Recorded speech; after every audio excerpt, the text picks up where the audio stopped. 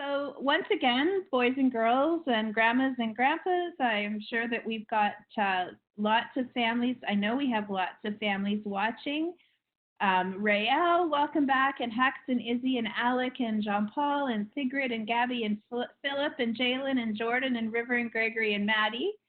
It's so good to see you, and we're back with Lannis from the Ann Arbor Hands-On Museum, one of our favorite people to connect with because she has the coolest animals to share with us. And today we're talking about nocturnal animals, and so I'm sure Lannis is going to be asking you what you know about them before we start. So I'm just going to turn it over to Lannis, and I'm really excited to see which animals you've chosen to share with us today. Cool. Yeah, it's funny, if any of you have attended previous workshops that we've done with Connected North, some of these animals might be familiar. Some of them are ones that we've been using for the first time for this workshop, so should be an exciting mix of things. As noted, my name's Lannis, and I am standing in the Leslie Science and Nature Center. Most of my job actually revolves around taking care of the animals that live here on the center property, so it's really cool to get to offer these workshops where we can show you guys some of the animals that are housed here, all while talking about those different sciencey concepts. And today, even though it's 3 o'clock Eastern Standard Time here, we're actually talking about those creatures we find almost solely in the dark, or what, as we reference, as nocturnal animals. Now, here's a note. Just because an animal is nocturnal doesn't mean it can't be awake during the day. In fact, most nocturnal animals are still active during the day too, or at least they don't need to sleep as much as we humans do. What it usually means, if you're a nocturnal creature, is that that's when you're most awake, or when you prefer to be most active. And if we look at nocturnal creatures, you can probably imagine one in your head. There are some popular ones like raccoons or bats or owls, other mammals that we find and more. There are really 4 main reasons we can think about as to why an animal or any living thing would need to be nocturnal in the first place. Now, there may be questions about some of the things that we talk about or see today, and that's totally fine. We have a total of 4 nocturnal animals we're going to meet today, and I'll make sure to save time in between some of them to answer your questions. Now, one of the big reasons nocturnal animals are, well, nocturnal to begin with, is for their food. Think about it. Food is an essential resource for all living things. And if it's easier for you to find your food in the dark, or if you're a predator and your food happens to also be nocturnal, it becomes way more easy and efficient to find or hunt or scavenge for your food in the dark, especially if you have the senses to use to do so. The other one is temperature.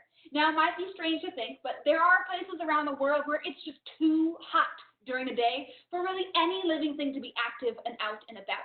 Deserts are a great example, even tropical jungle habitats too.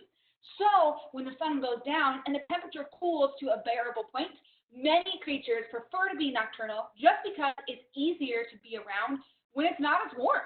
So a lot of specific habitats have animals that are nocturnal just because the temperature is way better at night. We can probably say the same thing for some of our summers for sure. The other one is a little tricky to think about it, but it's something we call competition. Now, when I say competition, what I mean is that there are just not as many living things awake at night as there are during the day. So if you are something like a predator that is looking for a specific kind of food, it's going to be easier for you in some places to actually find it in the dark because there aren't going to be other predators awake looking for it. You might be the only one awake at night, which means you have a better chance of finding your food or shelter or safety. So you have what we would call less competition, right? Food, temperature, competition. There's one other big one. We talk a lot about these predators, things that hunt at night, but you also have the animals that get eaten, the prey, as we call them too, that are also nocturnal. Sometimes, though, it pays to be nocturnal for safety reasons. Just as we mentioned how some predators will be more awake during the day and others at night, well, there are some animals that are a lot safer being active, looking for food, or being out and about in the evening because their predators are asleep. So we find a lot of prey items, lots of insects or small rodents that also tend to be nocturnal just because it's safer for them to be out and about in the dark. So those 4 main reasons, food, temperature, competition, and safety, are kind of the big reasons why these living things are nocturnal to begin with. But then, when we meet these guys, we got to get into the how. How in the world can you navigate in the dark? I don't know about you. I am not a night owl. I like my sleep at night, and I cannot see well in the dark. So I know I don't have the necessary features to be a nocturnal creature. But all the animals you meet today, while they have a lot of the same senses you and I do, they use them in such a unique, different way that they succeed and have great advantages to being these nocturnal creatures. Okay, let's get us ready and kind of set the scene here to meet our first creature. Since it's 3 o'clock in the afternoon here, we want to try to make it at least feel like nighttime to help give the whole idea of the nocturnal feel. So if you imagine what nighttime would look like around our spaces, usually the first thing that we would do is turn off the lights, make it darker, correct? Well, I want you guys to be able to see everything, so I'll leave the lights on for now. But then we usually have different objects in the sky, right? The sun goes down, we usually have some stars, and, oh, right, and the moon.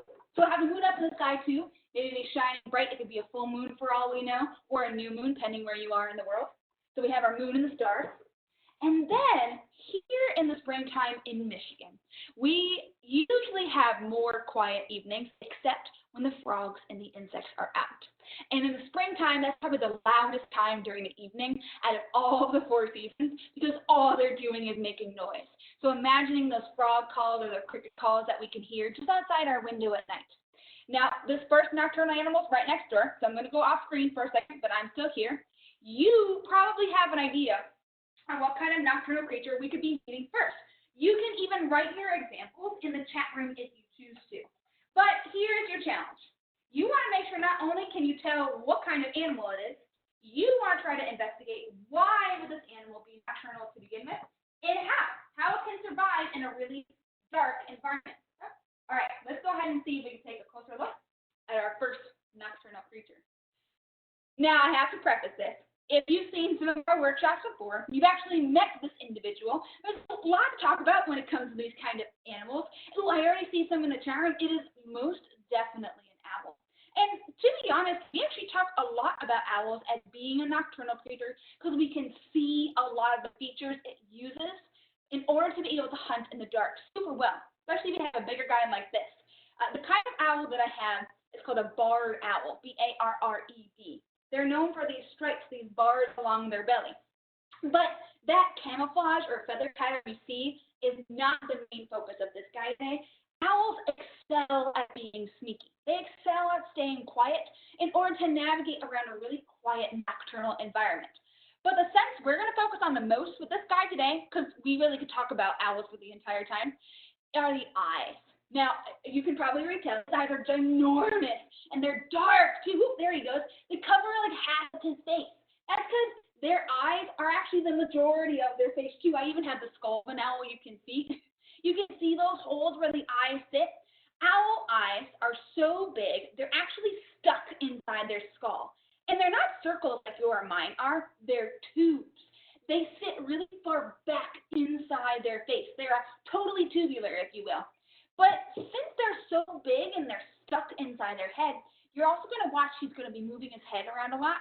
That's how this owl can see. Since he can't actually move his eyes, he has to turn his head in a bunch of different directions to be able to see what's around him. But there's more to his eyes that we can't actually see. Even though his eyes are dark, he still has a little black dot in the center, just like you do, a pupil, if you will. And that pupil, just like with owls, allows us to see in certain amounts of light. But there's an experiment we can do to try to see how we can change our pupil to help us either see better or worse, depending on the light. Now, I'm going to do this experiment over the screen. You can either do this with me, or if you have another person in the room, you can try it with them too. You also can try this later on. But we're going to try to change the shape of our pupil. Here's how it works. First, I want you to watch either my eyes or watch the eyes of another person in the room if you can. And I want you to take one of your hands, and I want you to put it over one of your eyes. Now, I'm leaving my eye open underneath my hand because what I'm doing is I'm creating nighttime around that eye. I'm making it dark. I've taken away all of the light from this room. And so my eye is now trying to get used to, well, being in a dark nocturnal space. But when I say go, I'm going to remove my eye, or sorry, my hand from my eye. That's weird if I remove my eye. remove my hand from my eye, and I want to see what happens to that black dot in the center. Ready, set, go. Whoa, whoa. Now, it's a little hard for me to see. Whoa, man, I just exposed my whole eye to just a ton of light. It got really blurry all of a sudden. But that's not what you only can see. See, that black dot, when we cover our hand up over our eye, it suddenly expands or gets huge. That's because your pupil is trying to look for light. And in order to try to find it, it's going to get bigger and bigger and bigger when it gets darker. Well, when I suddenly take off my hand and expose it to all this light, it suddenly shrinks because it suddenly has too much light to focus on, which is why it was hard for me to see, and suddenly gets smaller. But here's the point. Did I tell my eye to do that? Did I tell my pupil to change shape? Nope, it just happens. It happens by instinct. But this owl, he can change the shape and size of his pupil whenever he wants. He has full control over that black dot. And that is because no matter where he looks, there might be different amounts of light from the moon or the stars and more. And so to really focus on the tiny details on the ground, owls can sit there and use their pupil like a camera lens and make it bigger or smaller over and over again so they can see all of the details around them. That's what makes owl eyes so unique. Now, I know his eyes are darker, so it's hard to see his pupils, but all owls can do that, no matter what the color is. I do see a question specific to the owl, and I can answer that now for you. Somebody asked if this owl was a boy or a girl. This barred owl is pretty small, so he's a male barred owl or a boy. Most of the time in the bird kingdom, the females are a lot larger than the males.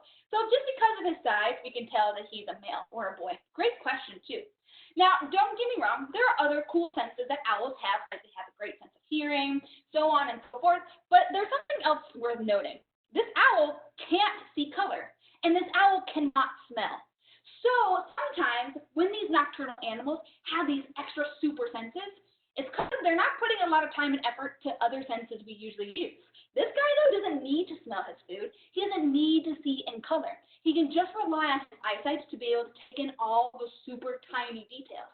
That's all he needs in order to hunt. That's what makes owls such a great nocturnal predator to begin with, and why often a lot of us humans learn about owls specifically when it comes to a nocturnal lifestyle. Now, we have a whole workshop to dedicated to owls that we'll be able to do in the future as well. So I won't get into too much detail so you guys can learn something new each time. Plus, we have 3 other animals we have to meet. So we'll save the eyesight just for this guy. All right, my next owl or animal is over here. And some of you may or may not know this animal is considered nocturnal. We do see this one during the day, but we also said that nocturnals can also be awake during the day. But here's the weird part. This next creature is missing a lot of things. It's missing a lot of the same senses that we use.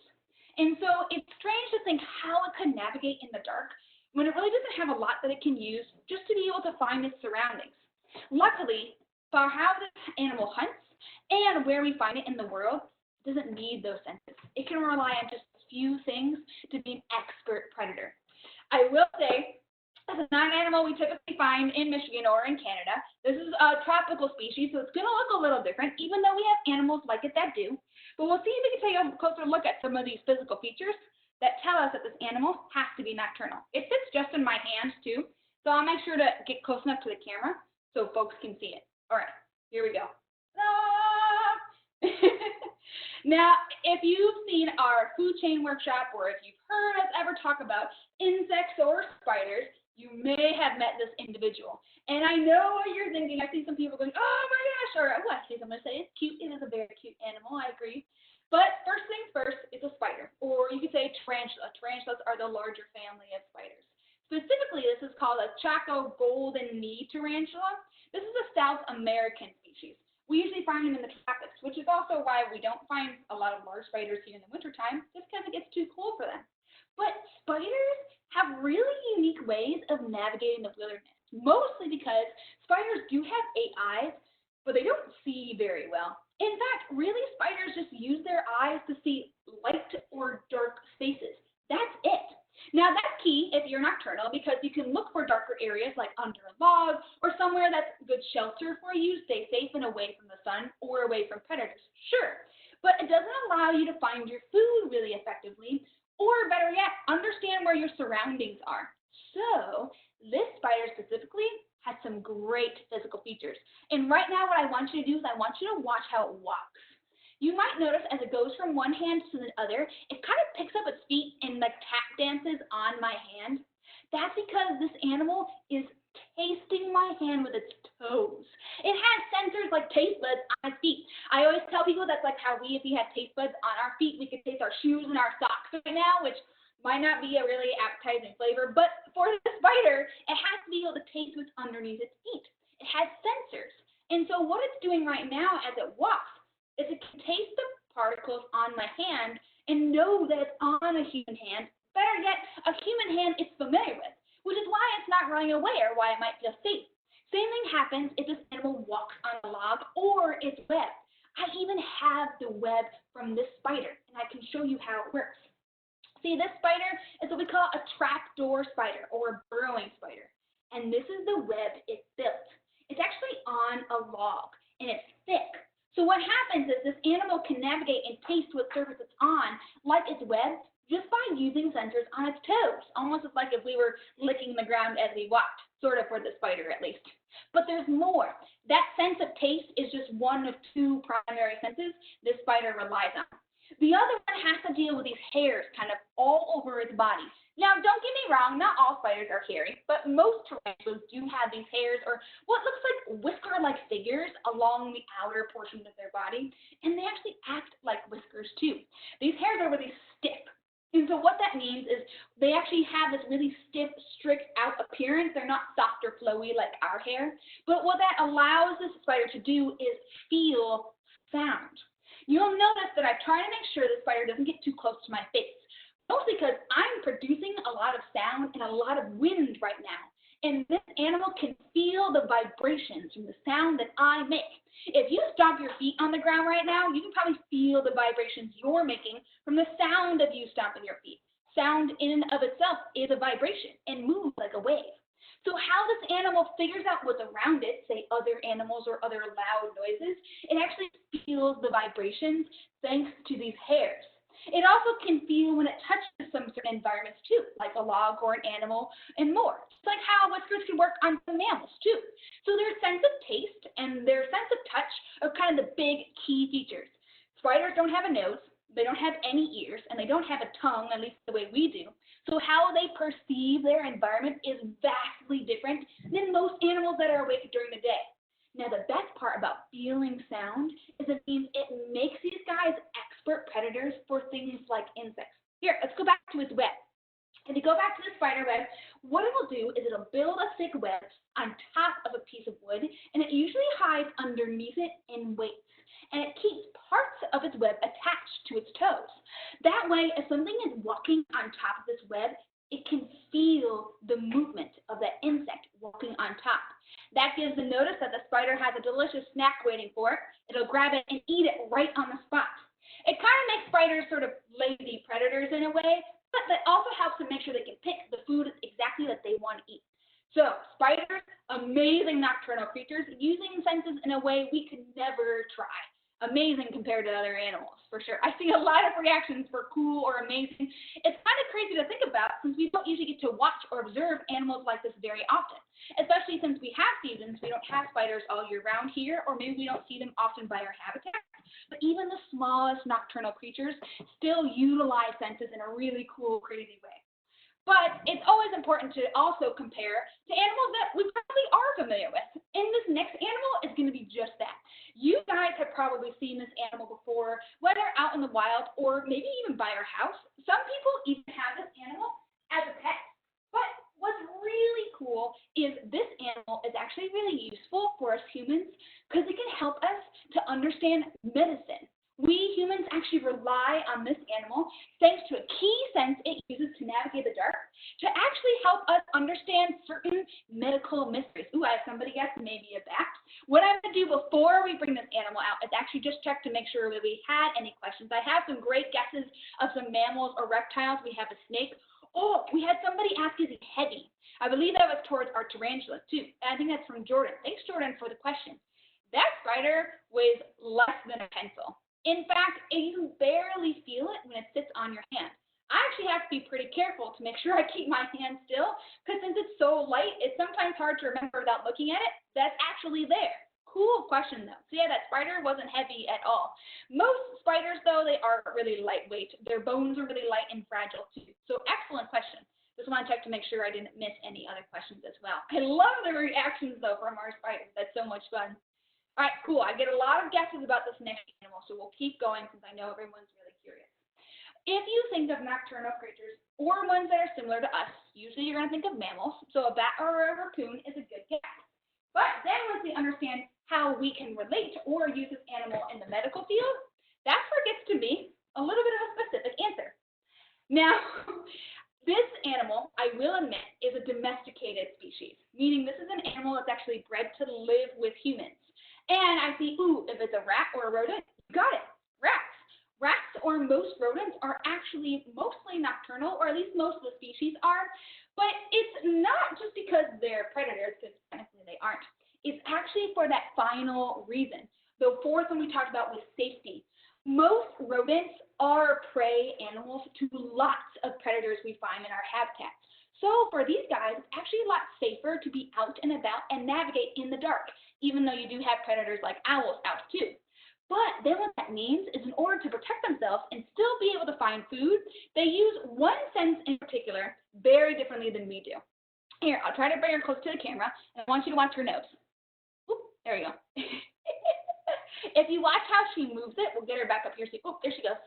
You can see she has these little lines or looks like hairs on her nose. Well, those are her whiskers. Most mammals have them.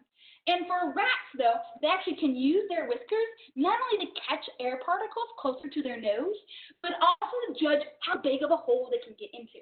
If their whiskers can fit, their whole body can fit, which means they can find more areas to stay safe or hide or find cover or get into smaller spaces like our house sometimes to find food.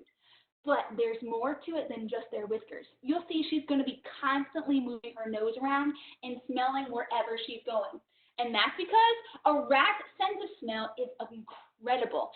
In fact, right now, this rat could smell what I had for breakfast this morning. Or better yet, what's on the bottom of my shoes, right from this height. But that's because these guys, they're blind when they're born. They can't see a thing when they're born. And so in order to know that they are safe or close to their mothers, they rely solely on their sense of smell to navigate the outer world for weeks before their eyes open. But here's the better part. These guys also are scavengers, meaning they sometimes eat dead stuff or rotting material, which is often stuff we find in our trash. But these guys don't have to taste it ahead of time in order to tell if it's something they can eat or not. What they do instead is they can sniff out their food, and they can tell just from the smell of their food whether or not it's toxic for them to eat. They don't even have to taste it with their tongue. They can tell right away if it's just rotten enough that it's not edible, or if it's still okay and tasty for these guys too. So they rely on their sense of smell to judge what food is appropriate and edible for these guys. But the best part is that how their sense of smell works is so unique, we humans rely on rats to help us find diseases. There are certain diseases that our rats can smell out before we humans even know it exists in our body. The early stages of certain diseases, like some cancers or tuberculosis, these guys can detect because of the kinds of bacteria they can smell. And so we humans are actually using rats to help us feel better and detect sicknesses ahead of time. That's how great their sense of smell is. And the best part is their immune system, how they get sick, is actually very similar to us. So we learn a lot about how our body works just by studying or understanding rats. That's why we talk about so much about rats, but when it comes to the medical field. I did see somebody ask how her tail feels. That's a good question. You'll see that she's using it a lot. Rats typically have a very long tail to help them balance.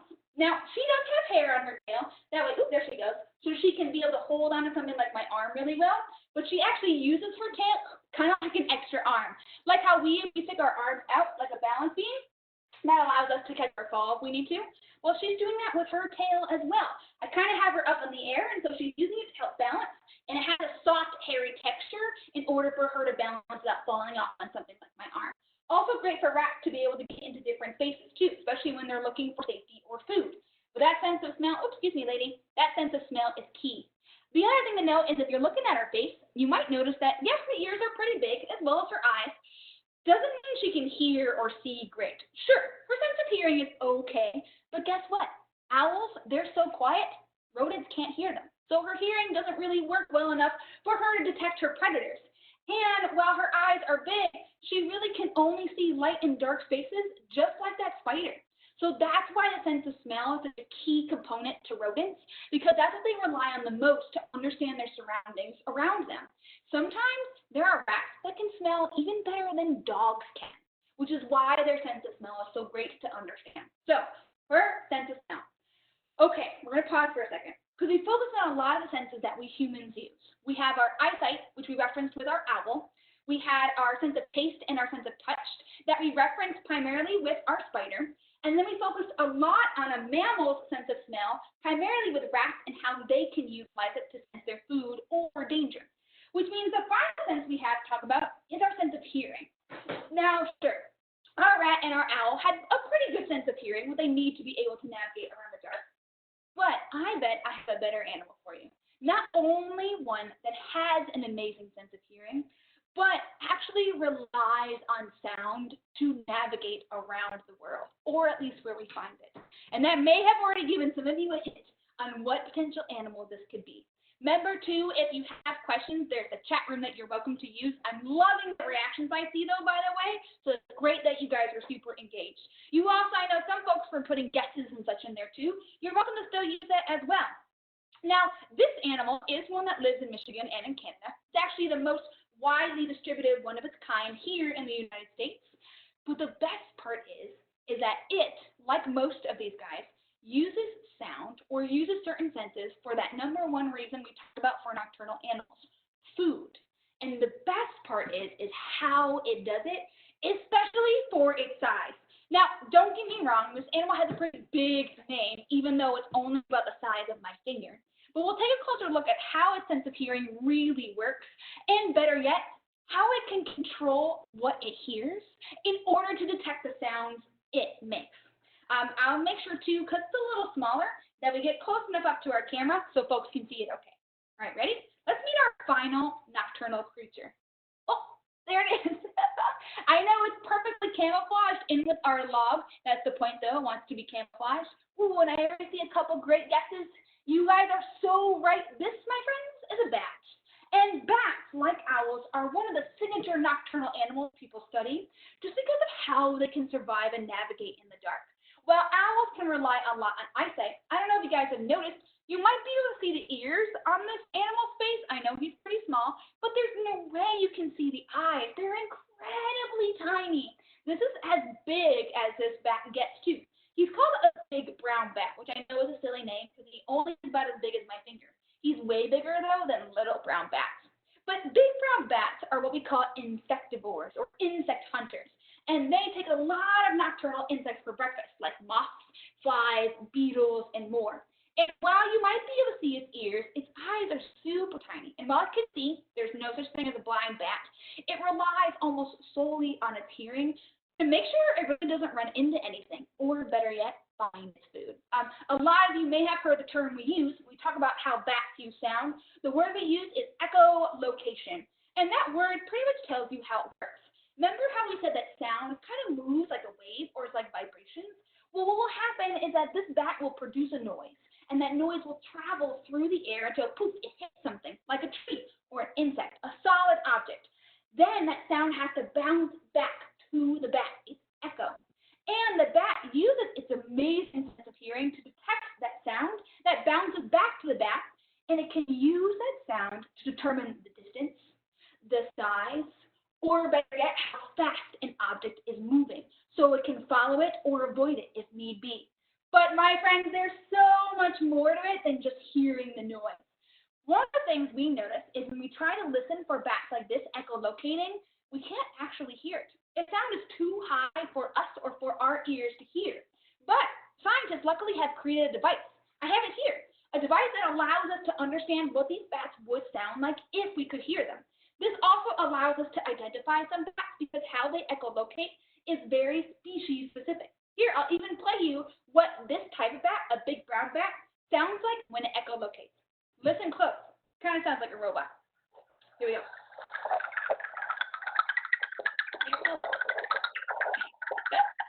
keep going. Yeah, very tricky. Oh, man.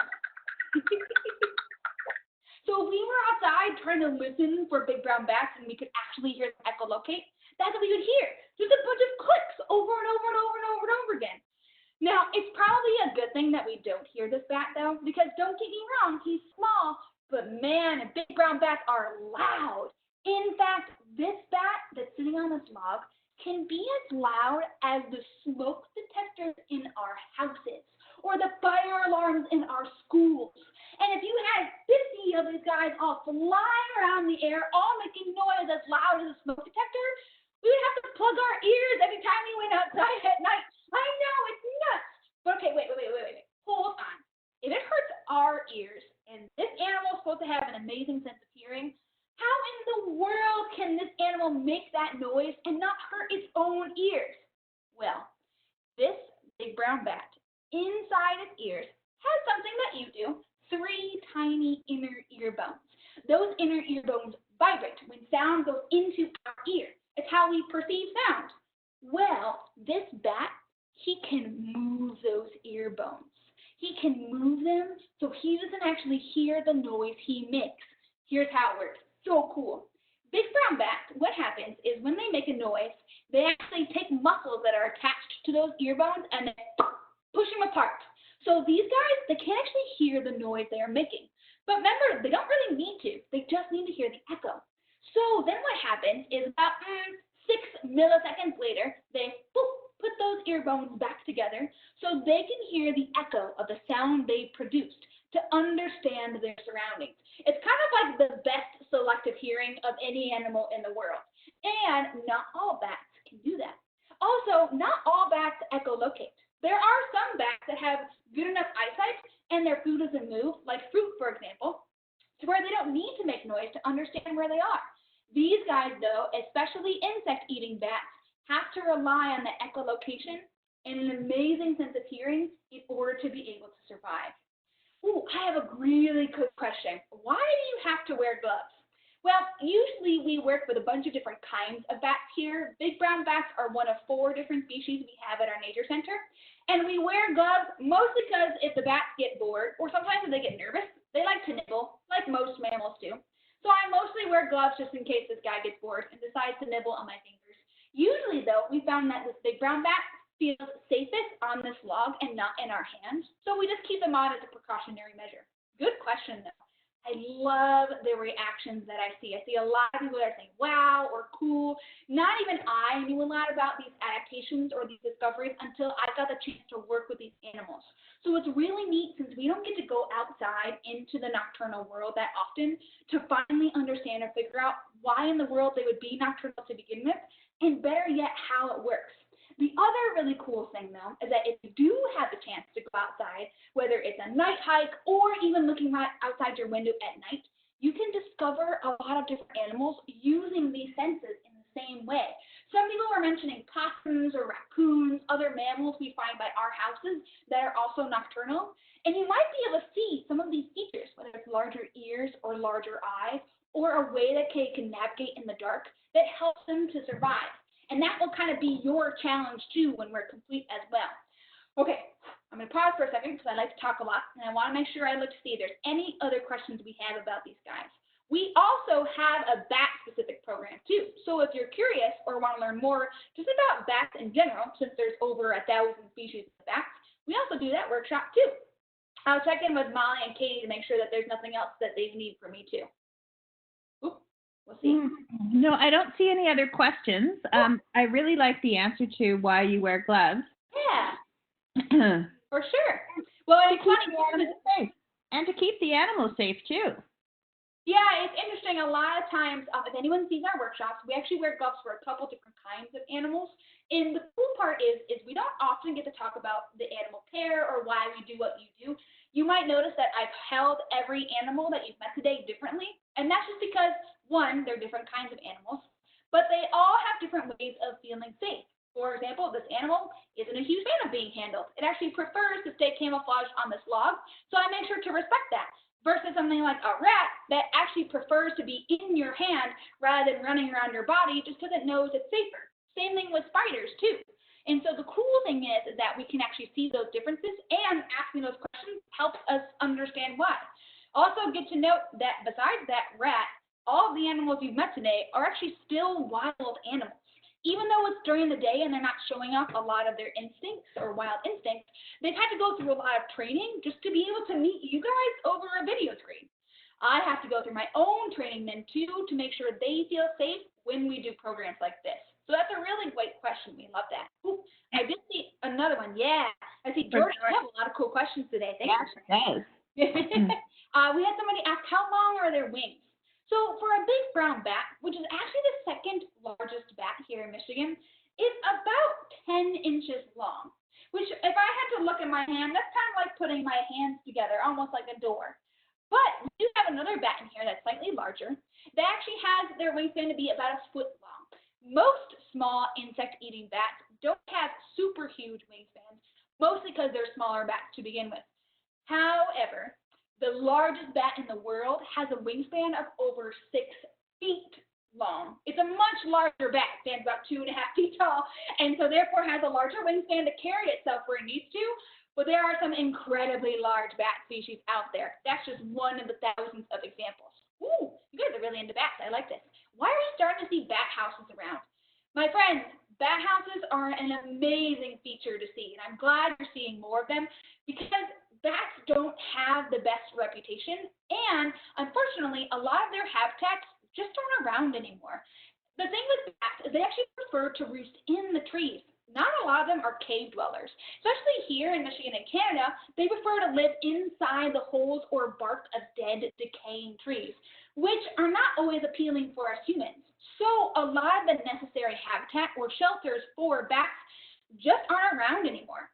However, putting up bat houses or building bat houses gives bats a suitable habitat for them to live in the spring and the summer. And the best part is bats, my friends, are expert insect control. We want to talk about how they catch insects in the evening. One of the big insects we talk about are mosquitoes. And I know not all humans are huge fans of mosquitoes. In fact, a lot of people, if they're farmers or they have a garden, they put a bat house up on purpose to really get rid of the insects that eat our crops or our food too.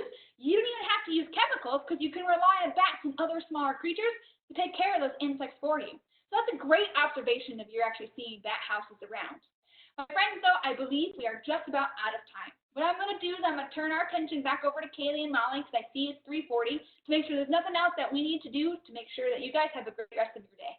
Yeah, and I think those were amazing questions. Yeah. This is the first time we've done this program, and I loved it. Haven't met the rat yet, so that's really cool. And I think next week or like a little bit later, we're doing another program. We are. But I have to. Yeah, we have to look at the calendar. But tomorrow, boys and girls, we have some really cool sessions. We have origami in the morning and meeting a loyalist soldier. So for those of you who wanted to learn about the weapons of the war that they used in wars a long time ago, we have that one. And we have family Zumba and then art at the end of the day with Obi, which is really great. He's going to do Wonder Woman with us, a Wonder Woman thing, so a logo, which will be really great. That's cool. So we will, thanks, Lannis. We just want to make sure that we all had a great time and understanding about nocturnal animals and learning how to care for them and respect them. Yeah, thanks so much for having me there today, guys. And I've learned an awful lot about bats from you, so I'm going to see if we can build a bat house in our backyard. You know, not hard, I promise. Mosquitoes. Awesome. So we'll look that up. So Gabby says thanks. Thank you, everyone. Yeah, thanks for attending today's workshop, guys. Yeah, and we'll see you soon, Lannis. Wonderful. Thanks, Lannis. Take care.